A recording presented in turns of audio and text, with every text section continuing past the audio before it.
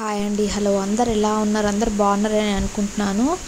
Water melon ice cream ఈ ఎండాకాలంలో చల్లగా మంచిగా ఇంట్లోనే, బయట కొనుక్కోకుండా ఇంట్లోనే మంచిగా పుచ్చకాయ ఐస్ క్రీమ్ అనేది తయారు చేసుకోండి. ఎలా అనేది ఇప్పుడు చూసేద్దాం. ఫస్ట్ ఓ పుచ్చకాయ తీసుకొని మంచిగా కట్ చేసుకొని చిన్న చిన్న ముక్కలుగా కట్ చేసుకొని అలాగే కొంచెం షుగర్ యాడ్ చేసుకొని మిక్సీ పట్టుకోవాలి మంచిగా.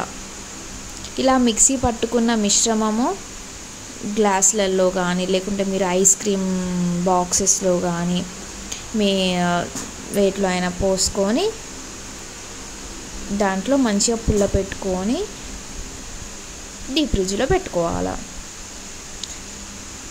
ఇలా పుల్లలు పెట్టుకొని మధ్యలో మీకు ఐస్ క్రీమ్వి ఉన్నాయి అని అనుకుంటే అందులో అయినా మీరు వేసుకొని నేనైతే గ్లాస్లో పెట్టుకుంటున్నానండి.